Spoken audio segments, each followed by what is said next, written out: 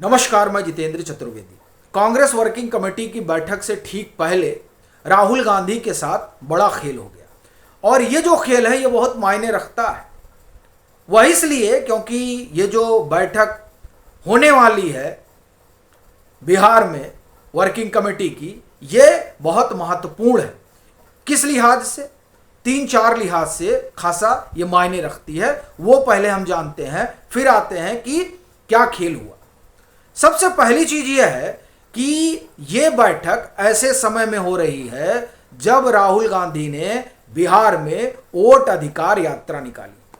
वो तकरीबन 17 दिन बिहार में रहे, फिर बड़ी सभा हुई और उस सभा के जरिए जो राहुल गांधी मुद्दा उठा रहे हैं उस मुद्दे को लेकर एक मोमेंटम पैदा करने की कोशिश हुई। अब उसी मोमेंटम को बनाए रखने के लिए कांग्रेस वर्किंग कमेटी की बैठक बुलाई गई है। और आप देखिए, यह बैठक आजादी के बाद पहली बार है कि जब कांग्रेस की सबसे बड़ी नीति निर्माता समिति जो है वो बिहार में जुट रही है। अब इस जुटान के जरिए यह बताया जा रहा है कि राहुल गांधी कितना महत्वपूर्ण मुद्दा उठा रहे हैं।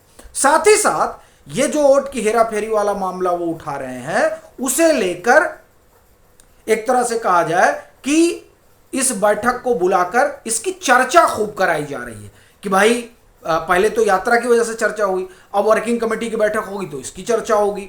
यानी जो योगेंद्र यादव स्क्रिप्ट तैयार किए हुए हैं और जिसमें यह कहा जा रहा है कि इसको पेनिट्रेट करवाना है, लोगों के दिमाग में इसको हैम्पर करना है, तो दरअसल उस हैम्परिंग के लिहाज से इसको बुलाया जा रहा है ताकि खूब चर्चा हो। फिर चुनाव है, तो चुनाव के बिहार में नवंबर में मतदान होना है, तो उसके मद्देनजर भी ये बुलाया गया है ताकि ये एक मामले के तौर पर, यानी एक चुनावी मुद्दा ये बने, उसके हिसाब से भी।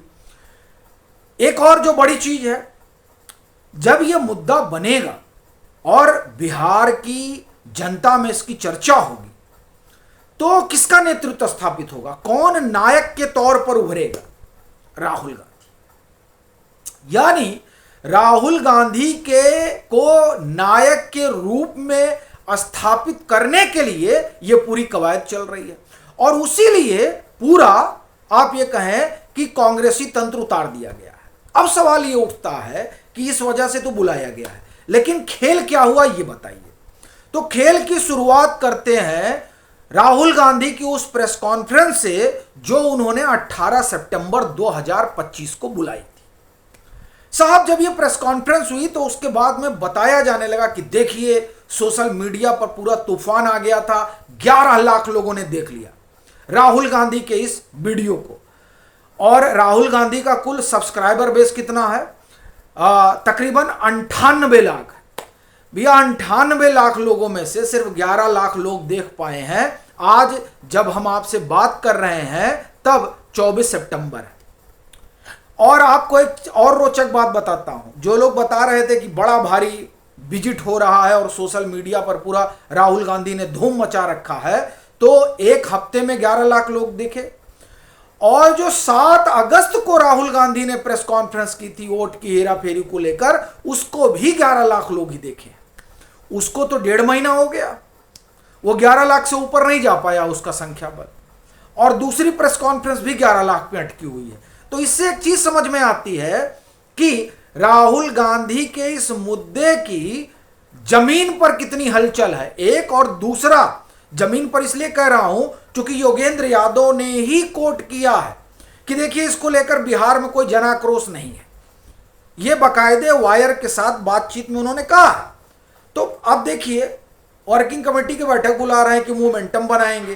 किस बात का मोमेंटम बनाया जाएगा जब जमीन पर इसकी कोई हलचल है नहीं?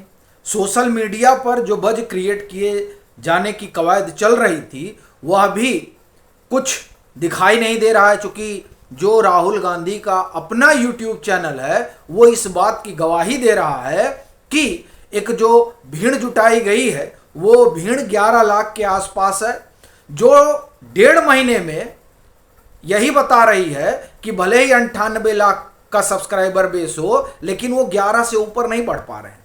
और वही जो 11 लाख की भीड़ है वो उस तमाम जो इस तंत्र से जुड़े हुए लोग हैं उनके आप कहें कि यूट्यूब पर जाती है और उसको बूम देती है, और फिर उसके सहारे फुटप्रिंट बताया जाता है कि देखिए सोशल मीडिया पर क्या चल रहा है। तो कुल कहना यह है कि ना 1.5-2 महीने में सोशल मीडिया पर कोई क्रांति ला पाए हैं और ना ही जमीन पर।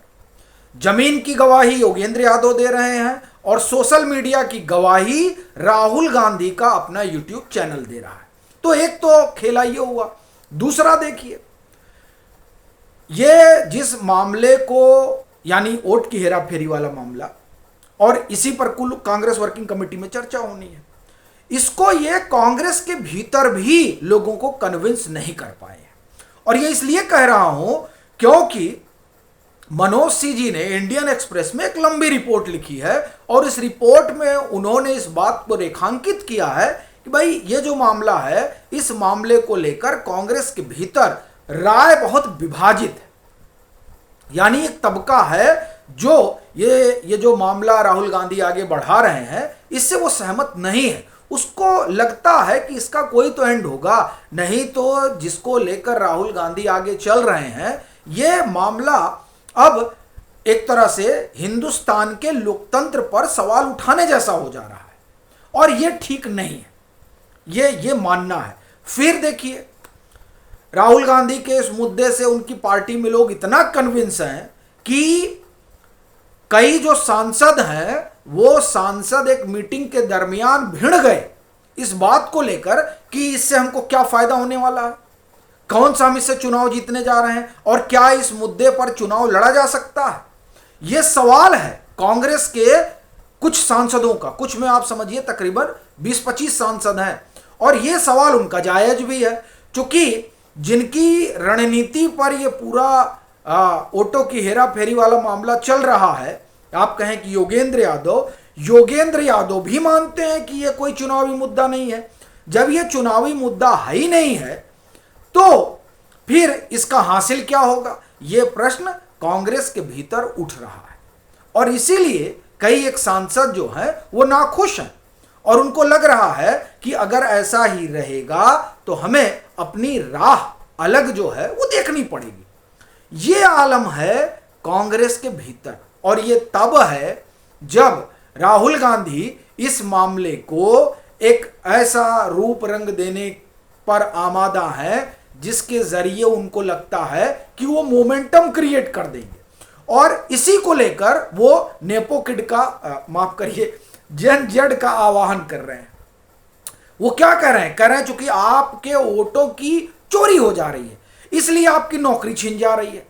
अब बड़ी बात यह है कि वो जिस वोट की हेराफेरी के सहारे युवाओं को आवाज दे रहे हैं वो युवा राहुल गांधी से कन्विंस नहीं है। और ये मैं नहीं कह रहा हूं, ये एक तरह से कहा जाए कि जो तमाम छात्र संघ चुनाव के नतीजे रहे वो नतीजे इस बात की तस्दीक कर रहे हैं। और सबसे बड़ी चीज यह है कि ये जो क्रांति हुई, चाहे नेपाल में हुई चाहे बांग्लादेश में हुई, ये क्यों हुई? ये इसलिए हुई क्योंकि जो अपने आप को इंटाइटल्ड समझते हैं उनके खिलाफ हुई है कि भाई हमारे पिताजी प्रधानमंत्री हैं तो हम भी प्रधानमंत्री बनेंगे, हमारे पिताजी मुख्यमंत्री हैं तो हम भी मुख्यमंत्री बनेंगे। तो अब ये इंटाइटलमेंट किसको हासिल है? ये राहुल गांधी को हासिल है, ये अखिलेश यादव को हासिल है, तेजस्वी यादव को हासिल है, ये अभिषेक बनर्जी को हासिल है, ये स्टालिन को हासिल है, स्टालिन के बेटे को हासिल है। मतलब एक लंबी फहरिस्त है। फारूक अब्दुल्ला को हासिल है, फारूक अब्दुल्ला के बेटे को हासिल है। यानी ये नेपो किड है। तो भैया जन जेड का तो जो कुछ हुआ तो नेपो किड के खिलाफ हुआ था। तो इसलिए आप जो आवाहन करने जा रहे हैं और कर रहे हैं उस आवाहन का हासिल कुछ होने वाला नहीं है। और वैसे भी जो कांग्रेस वर्किंग कमेटी की बैठक है उसमें यह भी एक मसला है।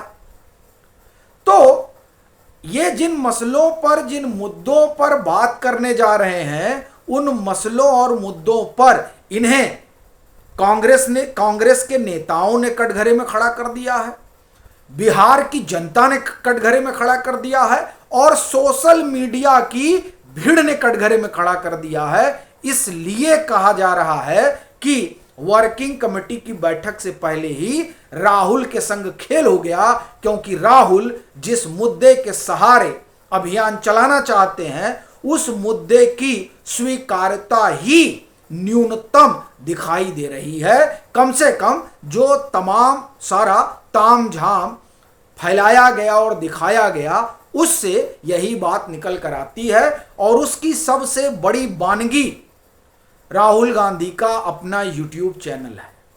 बाकी आपकी अपनी क्या राय है जरूर साझा करिएगा। मतांतर से नहीं जुड़े हैं तो जुड़िएगा, वीडियो को लाइक करिए और खूब शेयर करिए।